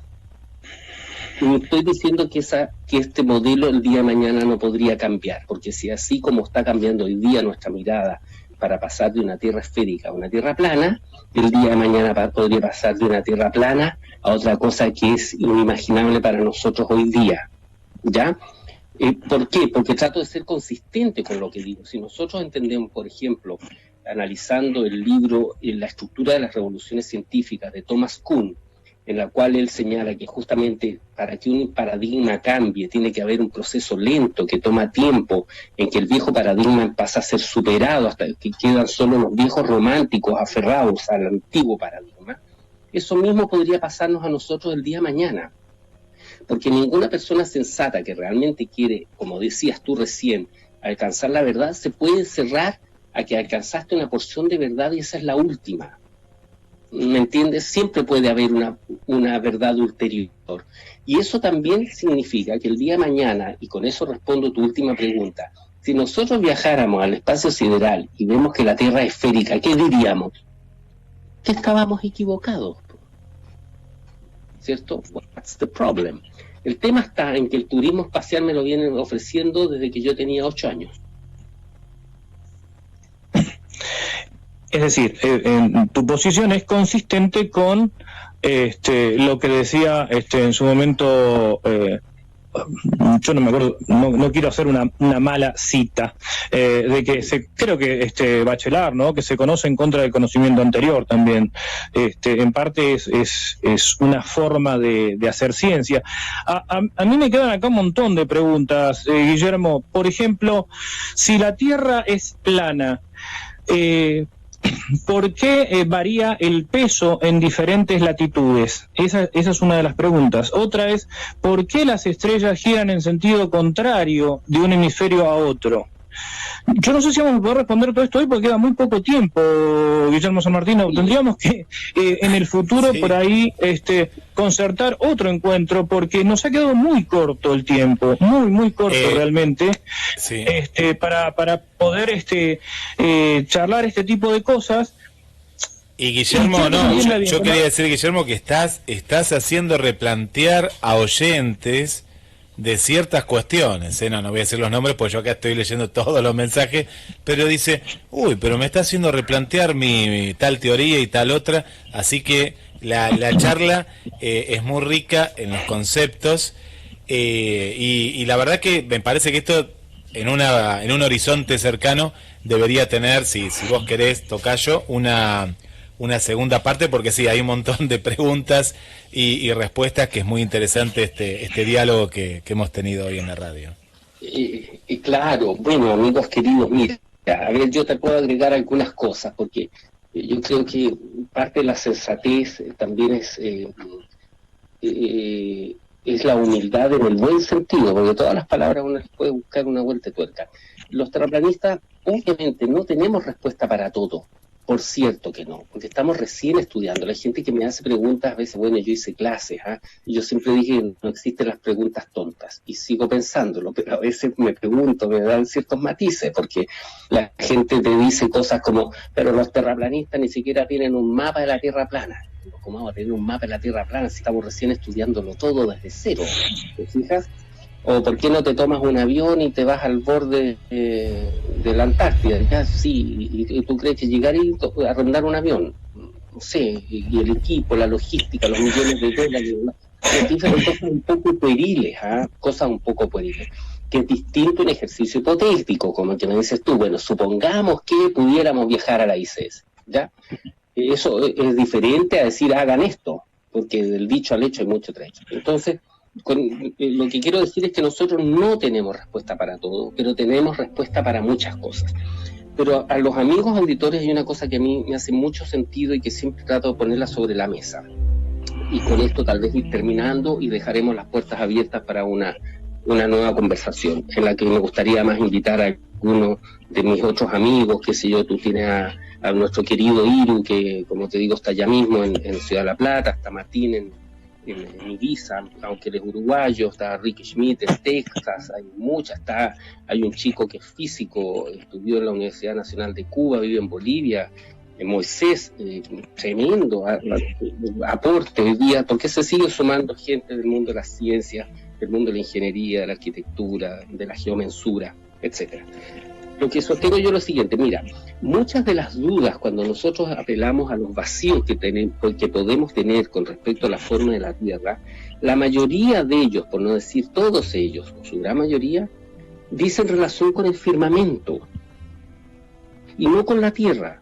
Porque lo que yo digo y he reflexionado es lo siguiente, todo de lo relativo a la forma y lo que sucede allá arriba en el firmamento, y nada de lo relativo a la forma y lo que sucede allá arriba en el firmamento es demostración directa de lo relativo a la forma y lo que sucede acá abajo en la Tierra. No me puedes estar apelando a que demostrar la Tierra esférica mirando para el cielo. porque esto es equivalente que si tú fueses un buzo con tu escafandra posado en el fondo de un océano, quisieras entender la forma del océano sobre el cual estás posado, mirando el oleaje de la superficie, pues. Resulta que no tiene ninguna lógica. Veamos la forma de la Tierra acá abajo en la Tierra. Para eso tenemos lentes, tenemos equipos, tenemos infrarrojos, tenemos equipos de teleobjetivos, de telescopios, podemos medir el agua, cómo se comporta el agua, si el agua está a nivel, no está a nivel, está horizontal, no está horizontal, tiene curvatura o no tiene curvatura. Eso se hace aquí en la Tierra. Así que no me saques el cielo para demostrar la forma esférica de la Tierra. Perdona, es que yo también tengo mi genio, ¿verdad? No, está muy bien, está muy bien, y de lo que queremos dejar en claro también acá, Guillermo, para los oyentes, que acá lo que hacemos es confrontar modelos. Acá no hacemos disputas personales. Acá lo que nos interesa es hacer ciencia, hacer divulgación, sobre todo. No, digo porque muchas veces se malinterpretan este tipo de cosas, ¿no? Nosotros a veces cuando analizamos los mitos, distintos hechos que ocurren, ojo, por ejemplo, una vez decíamos que el Big Bang puede ser un gran mito contemporáneo y hubo gente que prácticamente nos saltó a la yugular. Acá lo que hacemos es esto, justamente, confrontar modelos, y partimos de un principio que es el principio de la buena fe, es decir, no nos interesa en absoluto el periodismo a quemarropa, no es la idea, por lo menos la de este programa. Entonces, cuando formulamos una pregunta, por supuesto que la forma de adquirir o de ascender o de penetrar o sacar el velo de Isis, como se dice tantas veces, es justamente confrontando modelos, ¿no? Eso es importante. Por eso te decía que a mí me quedan muchas preguntas por hacer, ver cómo un modelo y otro desde el principio de Ockham puede llegar a servir. Lo del firmamento, entiendo que son puntos de referencia también, o sea, yo no lo descartaría, pero insisto, si vos estás de acuerdo, Guillermo, poder hacer un segundo encuentro, porque también acá hay cuestiones que se desprenden desde el punto de vista ideológico. Yo recuerdo que en algún programa vos decías que la Tierra es un plano infinito, ¿no? Corregime, por favor, Guillermo, si estoy equivocado al citarte. A ver, amigo querido, sí, una acotación. Efectivamente, yo lo que sostengo es que lo que pasa arriba en el firmamento no es demostración de la forma de la Tierra, pero no estoy diciendo que sea descartable ni desechable, estoy diciendo que corre en un carril paralelo, que no debe, no, en ningún caso, un hombre de ciencia, que yo procuro serlo, a pesar de que vengo de la arquitectura, pero científico no es aquel que tiene una bata blanca y estudió en una universidad, una carrera, comillas, científica. Científico es aquella persona que investiga, ¿cierto? Exacto. Tratando de ajustarse a los métodos y tratando de ser una cosa que es muy importante en ciencia, honesto con lo que experimenta y honesto consigo mismo. Que ya ahí entramos en otros temas muy interesantes sobre la filosofía de la ciencia y cómo la ciencia también es capturada por intereses sin escrúpulos, digamos, ¿no? Bien lo sabemos, cómo operan las corporaciones. Y el sofisma de la autonomía científica, ¿no? Que la autonomía científica termina respondiendo siempre a algún otro interés. Claro. Eso es un poco lo que me preguntó el gran, y con quien aprovecho de saludarlo, el gran Juan Manuel Soaje Pinto, en que tuve la fortuna y el honor de ser invitado a su canal TLV1 allá en la calle Suipacha, si mal no recuerdo, en Buenos Aires, y él me preguntó, que me dejó, no esperaba esa pregunta, me dice: Guillermo, ¿y tú, Guille, ¿tú consideras que hay un despertar de la conciencia? ¡Wow! Y sí, considero que hay un despertar de la conciencia, porque estos son temas que no conversábamos hace 5, 10 o 15 años atrás, y que nos están haciendo a la gran mayoría de los seres humanos replantearnos ciertas cosas. De partida, todo este fenómeno tan anómalo, ¿cierto?, de tener a la gente sana encerrada, ya nos invita a que hay cosas que hay mucho ruido de fondo, ¿ya? Entonces, amigo querido, sí, yo quiero poner en claro que el estudio del cielo, del espacio y del firmamento es muy, muy importante, es un carril paralelo, pero sigo afirmando que no es demostración directa de la forma de la Tierra, la cual debemos estudiar acá. Ahora, con respecto al plano infinito, esa es mi opinión, mi punto de vista, mi análisis, ¿ah? No es la verdad. Lo que yo digo, una opinión es un punto de vista puesto sobre la mesa para ser analizado. No estoy imponiéndote mi verdad. Yo pienso que vivimos en un plano infinito, ¿ya? Y eso lo digo por el fenómeno de que la línea del horizonte permanece a la altura del observador, independiente de la altura que se eleve. Hay una discusión, los equipos topográficos que son monoculares, al parecer efectivamente logran captar que la línea del horizonte está bajo del lente, pero yo creo que eso se produce, que es muy interesante, y entramos en un poco en el topocentrismo, que es lo que a mí más finalmente uno llega a concluir. No quiero entrar en terrenos más escabrosos porque dice en relación con los aspectos un poco más filosóficos. Uno, después de analizar esto y darle vueltas con tus limitaciones, ¿cierto?, intelectuales, de conocimiento, etcétera, llega a la conclusión de que definitivamente nuestro mundo fue diseñado exclusiva y expresamente para cada observador. Por eso, si tú estás parado en la playa y se está ocultando el sol, la luz del sol reflejada en el agua, cosa que no sería posible en una esfera, por supuesto, llega a tus pies, pero tu amigo que está a 1 metro de distancia de ti también le llega a sus pies, y tú no ves cómo la luz le llega a él, ¿te fijas? Lo mismo pasa porque yo he visto, por ejemplo, no quiero ser odioso con algunas ideas, pero las voy a poner sobre la mesa. Yo he visto, por ejemplo, constataciones de Star Trek en la latitud 35.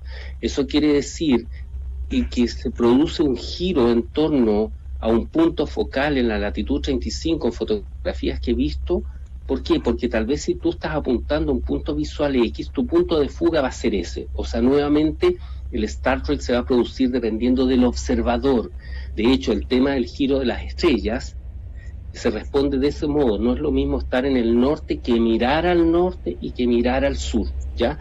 Después podemos explicarle un poquito más eso para el auditor que preguntó, pero la respuesta en el modelo de la Tierra plana tiene una respuesta muy simple, ¿ah? Y a ver, y con esto voy a tratar de cerrarlo. Si ustedes como buenos argentinos, estás parado en el Mar del Plata, en Buenos Aires, y miras hacia el norte, vas a ver que las estrellas salen desde tu derecha, ¿cierto? Si miras hacia el norte, van a salir las estrellas de tu derecha, es decir, desde el Atlántico, y se van a ocultar en la cordillera, ¿cierto? O sea, sí, a tu izquierda. O sea, van a girar de derecha a izquierda, es decir, en sentido antihorario. Ahora, si tú te giras 180 grados y miras hacia el sur, las estrellas van a girar desde tu izquierda hacia tu derecha, o sea, en sentido horario. ¿Se explica? Sí, sí. Se sigue perfectamente. Se explica. Entonces, todos crecimos con esta historia de la rotación de las estrellas y la explicación es esa. No es lo mismo mirar hacia el norte y observar el giro de la estrella que después girarse y mirar hacia el sur y observar el giro de la estrella. Ya. Y con eso un poco te cierro esos temas porque podríamos hablar unas 24 horas más seguidas. No, nos queda, sí, ciertamente, mira, Guillermo, acá tenemos como 20 preguntas, pero vamos a dejarla para otro encuentro. Guillermo San Martino, no sé si tenés algo ahí por parte de los oyentes. Sí, Carlos, Guillermo, sí, tengo muchísimo, pero lo vamos a guardar para este próximo encuentro, que después, junto a la producción, iremos viendo la fecha. Agradecerte por esta entrevista, que acá tengo el tiempo y estamos hace 1 hora y media, 1 hora y media prácticamente, charlando, y la gente ahí prendida a la radio desde el primer minuto. Sí, ciertamente, bueno, como dijimos al principio, agradecerte nuevamente la predisposición, Guillermo Gut, al haber accedido a esta entrevista. Realmente un diálogo muy, muy ameno. como vos dijiste al comienzo, como si estuviéramos acá en el living charlando, y quedan montones de preguntas, montones de diálogos también, de paradigmas por contrastar, ver de qué manera ante un hecho de un modelo y de otro se pueden observar. Qué sé yo, me quedan tantas cosas, ¿no? Uno viene en recuerdos de la infancia, recuerdo haber hablado desde el Radio Club de Mar del Plata con la estación MIR. Bueno, son un montón de temas que vos bien dijiste, no vamos a hablar de conspiraciones, vamos a hablar de ciencia, totalmente de acuerdo. Pero la cuestión es que aparecen una serie de elementos que en algún momento vamos a tener que abordarlos para darle una vuelta de rosca, como decimos acá en Argentina, a este tema, ¿no? Así que, Guillermo, te dejamos estos minutos para que te dirijas a la audiencia, te despidas y lo que vos quieras expresar, y desde ya bienvenido a las puertas de Magonia. Oye, bueno, Carlos, Guillermo, tocayo, nuevamente, no quiero ser majadero, ¿no? Ni adulador, porque lo que quiero es simplemente expresar gratitud. Una gratitud muy honesta, porque surge de esa percepción y esa conciencia interna de ser invitado por hermanos míos en Argentina, al otro lado de la cordillera, para hablar de un tema que es tan fascinante, pero que también genera tantos anticuerpos en muchas personas, francamente animadversión. Así que lo primero es felicitarlos por esta disposición abierta, honesta, prístina, ¿cierto?, a poner un tema sobre la mesa. Que, como he dicho yo, no venimos vendiendo verdades irredarguibles, estamos cuestionando el modelo a la luz, a la razón de los equipos, herramientas, elementos que tenemos hoy a nuestras manos y que no teníamos hace 25, 50, 100 o 200 años.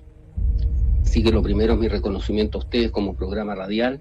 Felicito a mis hermanos argentinos porque son muchos y no quiero, voy a recibir aquí algunos coscorrones de mis hermanos chilenos, pero yo veo al pueblo argentino mucho más despierto, mucho más dispuesto, mucho más bravío que lo que estamos acá en Chile, completamente hipnotizados y hechizados por los medios de comunicación de masas. Entrevistas como las que ustedes han hecho en Argentina a mi gran amigo Iru Landucci son, yo creo que Iru debe ir cercanas a las 100, y yo en Chile habré estado invitado a 2 de radios chilenas, ¿ya? Y he estado más en radios argentinas que en radios chilenas, lo cual demuestra que ustedes ciertamente son un poco, llevan la antorcha del cuestionamiento razonable al mundo que habitamos. Eso por un lado. Segundo, por supuesto, mi gratitud a los auditores. Yo a los auditores solo les sugeriría, porque no soy nadie para tal vez darles un consejo, que se den la oportunidad honesta, prístina y valerosa con ustedes mismos en estar dispuestos a cuestionar lo que se nos ha enseñado y examinarlo. Y lo que también digo yo, no pretendemos que se piense como nosotros y que nos crean lo que nosotros decimos, sino que simplemente hagan una investigación lo más objetiva, desprejuiciada posible, y más libre, si tú quieres, desde el punto de vista espiritual, mental y reflexivo. Y para cerrar, bueno, sí, por supuesto que estoy dispuesto a encontrarme de nuevo. Me encantaría que además, no porque creo que son otros aportes, otras ópticas, podamos invitar después, si ustedes se animan, a cualquiera de los otros referentes que hay allá en Argentina o en España o en otras partes de Sudamérica, ¿ya? Y despedirme nuevamente agradeciéndoles el espacio, y espero que también uno de esos próximos encuentros sea en Mar del Plata, tomando mate y conversando efectivamente en los estudios de radio GDS allá en mi querida Argentina.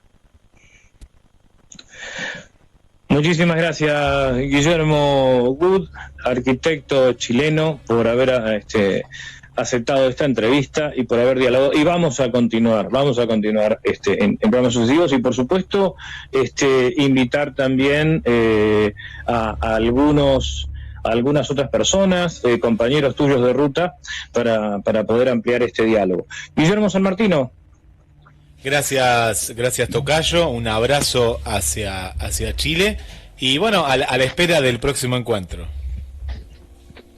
Exacto, coordinamos, ya estamos absolutamente linkeados, así que nos ponemos de acuerdo y no sé si será en un par de semanas más, cuando ustedes tienen conveniente, nos coordinamos y ahí estaremos, ¿ya?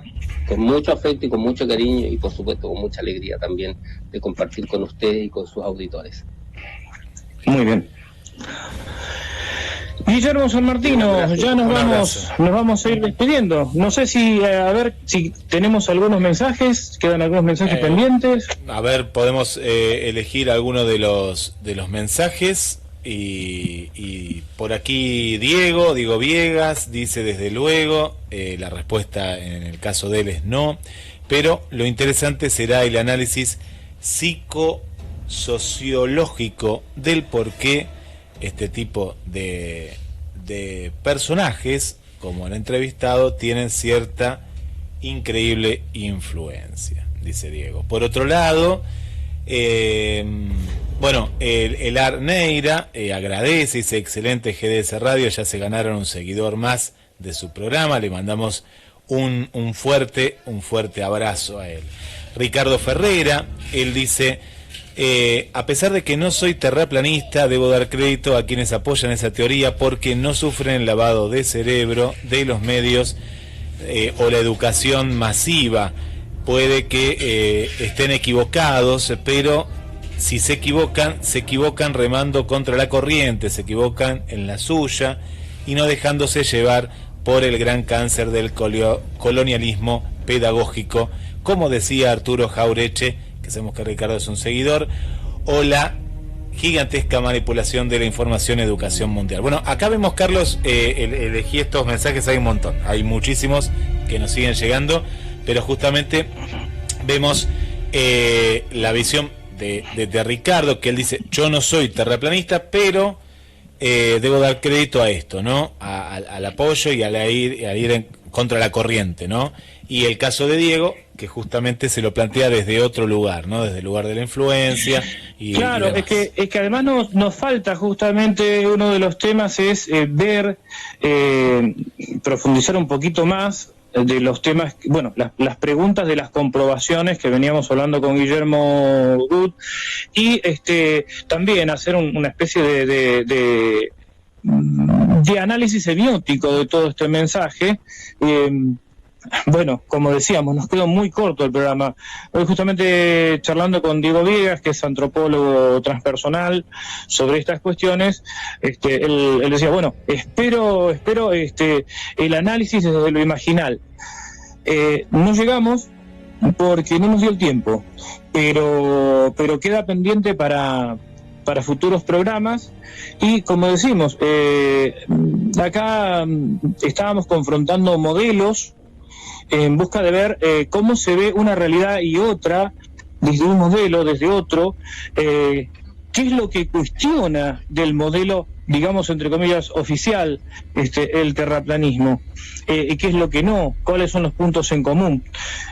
Yo tampoco soy terraplanista, tampoco lo soy, pero eso no impide que podamos sentarnos a tomar unos mates con Guillermo Wood, escuchar lo que tiene para decirnos, y sacar nuestras conclusiones, y sobre todo yo creo que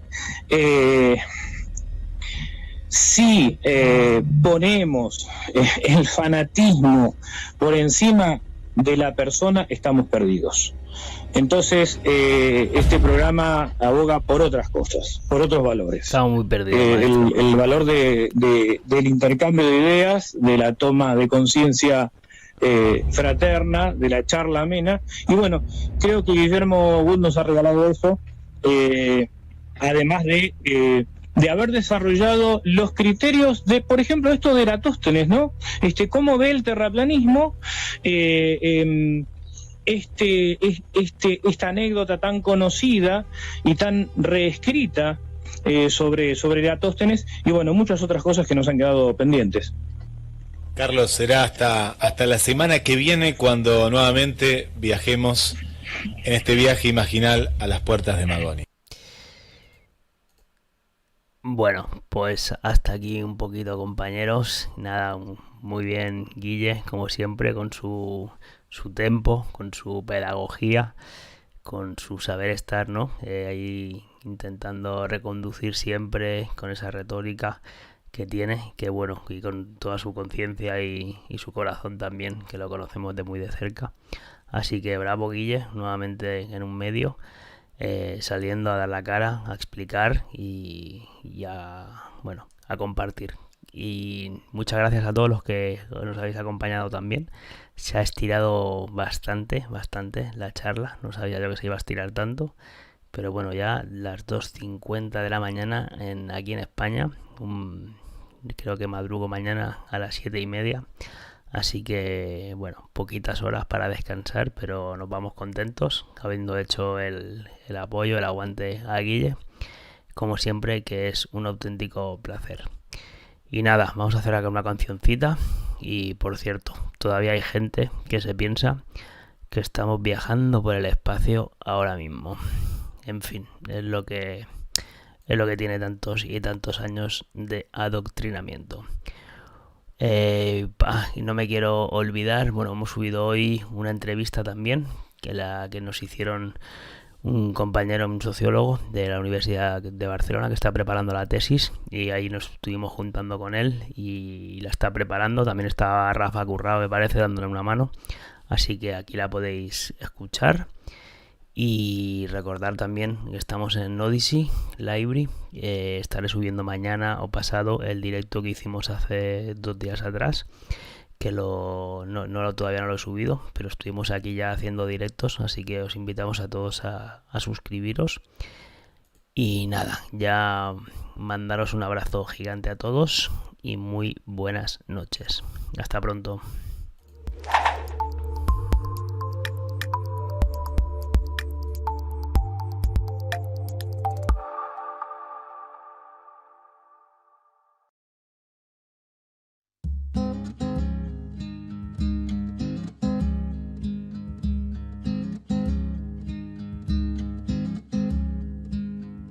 Sirve obrar cantando, a moverse y seguir a pie, estar por ahí hablando, no estar escondiéndose. A veces no hay otra manera que salir a desafiar a quienes siempre nos condenan, coartando la libertad.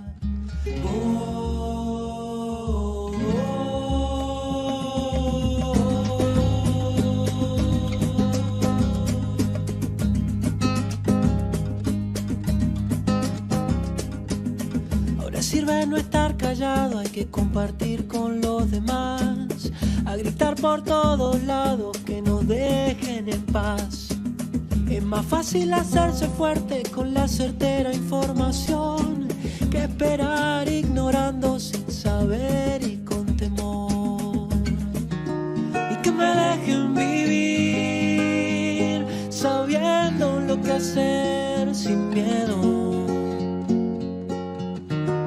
Que me dejen vivir, olvidando la realidad que tengo y que siento.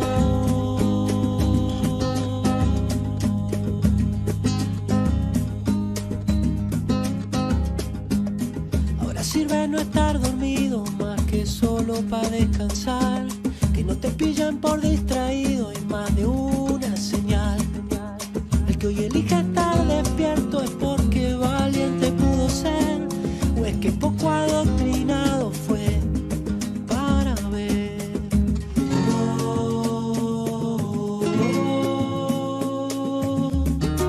Y que me dejen vivir sabiendo lo que hacer sin miedo. Es que me dejen vivir hoy viendo la realidad que tengo. Y que me dejen vivir sabiendo lo que hacer sin miedo. Es que me dejen vivir hoy viendo la realidad que tengo y que siento.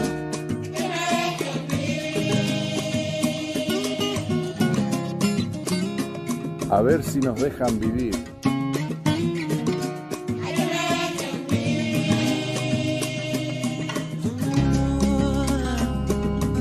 Ay, que me dejen